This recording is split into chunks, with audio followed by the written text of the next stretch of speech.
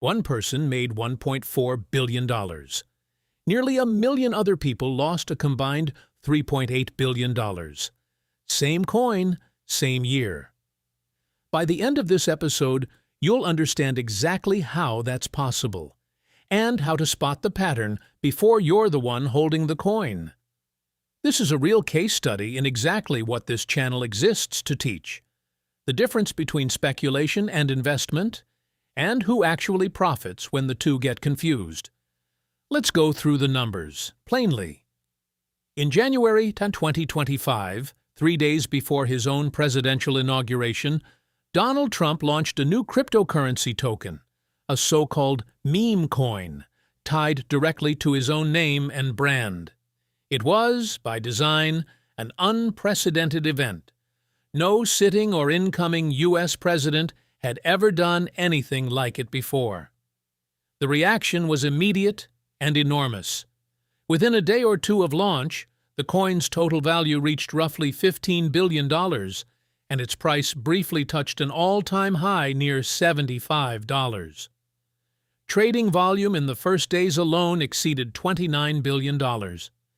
It was, for a moment, one of the most actively traded cryptocurrencies on Earth. Here's the part worth understanding clearly. A meme coin isn't a business, a product, or a claim on any real cash flow. There's no revenue to analyze, no fundamentals to value it against. Its price is driven purely by attention and sentiment, which means it can rise fast and fall just as fast, for reasons that have nothing to do with anything being built or earned. One structural detail matters enormously here. Of the coin's total token supply, 80% was held from the very beginning by entities affiliated with Trump.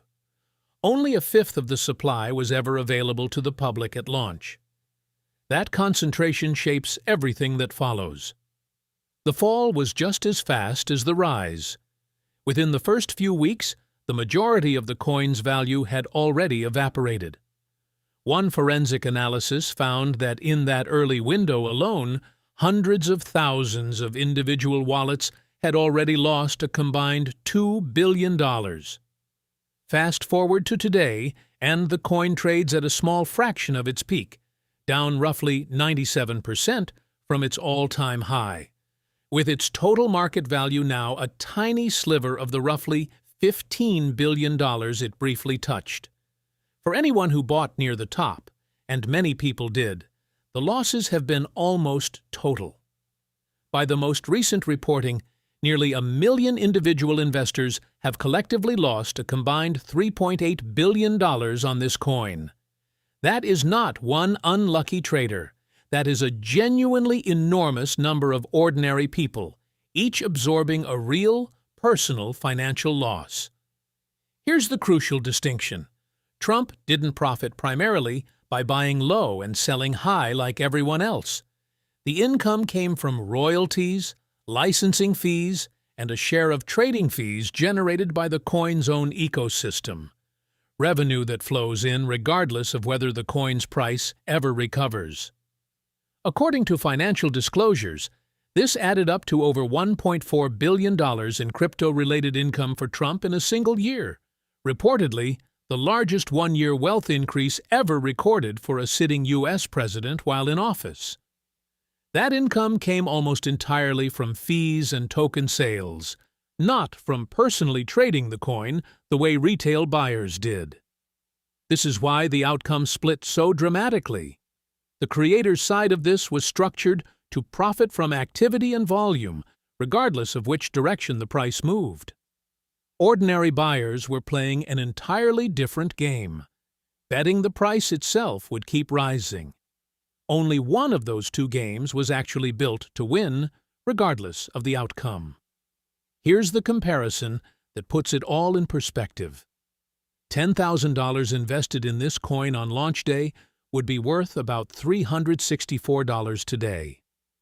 The same $10,000 in Bitcoin over that period would be worth roughly $5,793, still a loss, but a far smaller one. The same $10,000 in the S&P 500 would be worth about $12,298, an actual gain.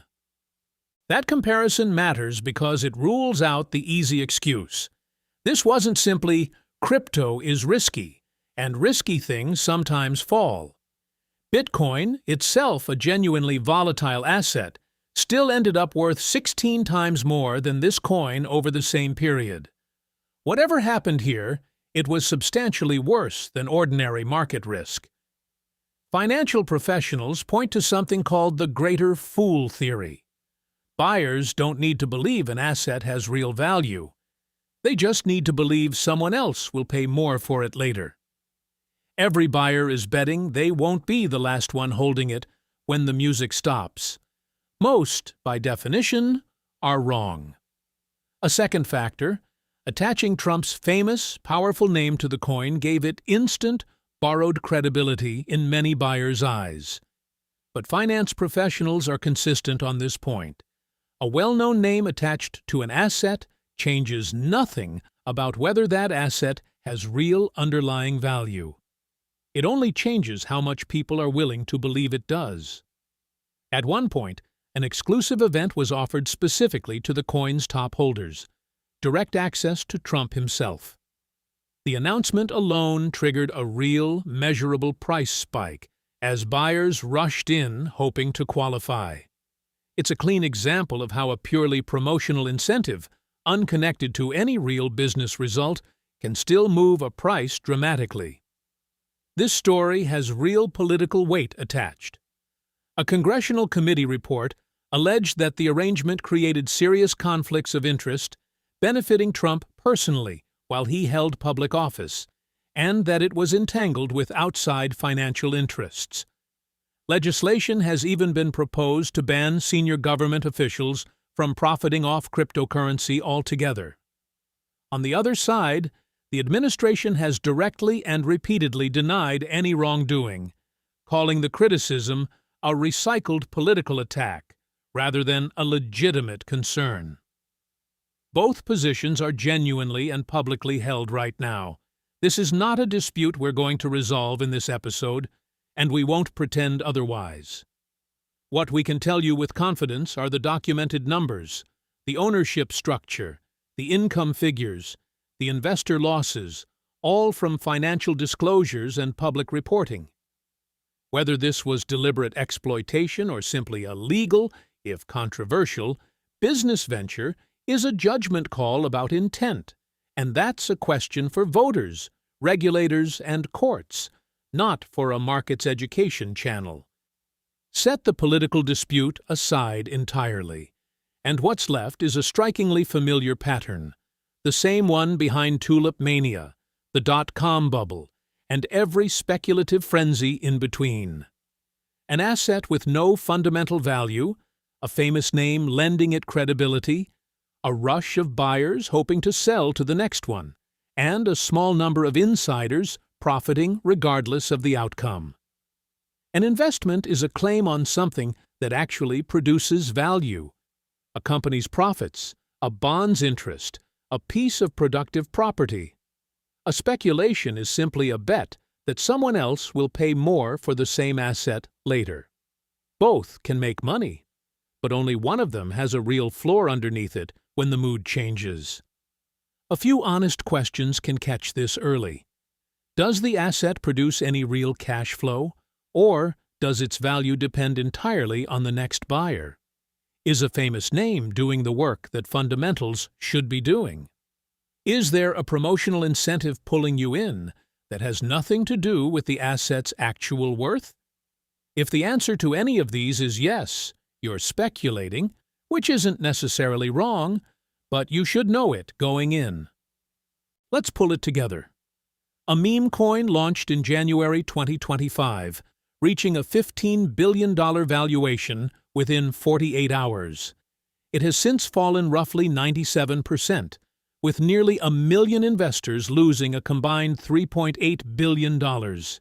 Meanwhile, Trump earned $1.4 billion, not by holding the coin, but through fees and royalties that flowed in regardless of price. The same $10,000 in the S&P 500 over that period would have actually gained money. The ethics dispute around all of this remains genuinely unresolved. But the lesson about speculation versus investment is not. This exact pattern, hype, a famous name or a famous idea, a rush to sell before the next person does, has repeated throughout history, long before cryptocurrency existed. Next time, we go all the way back to the very first time it happened, centuries ago.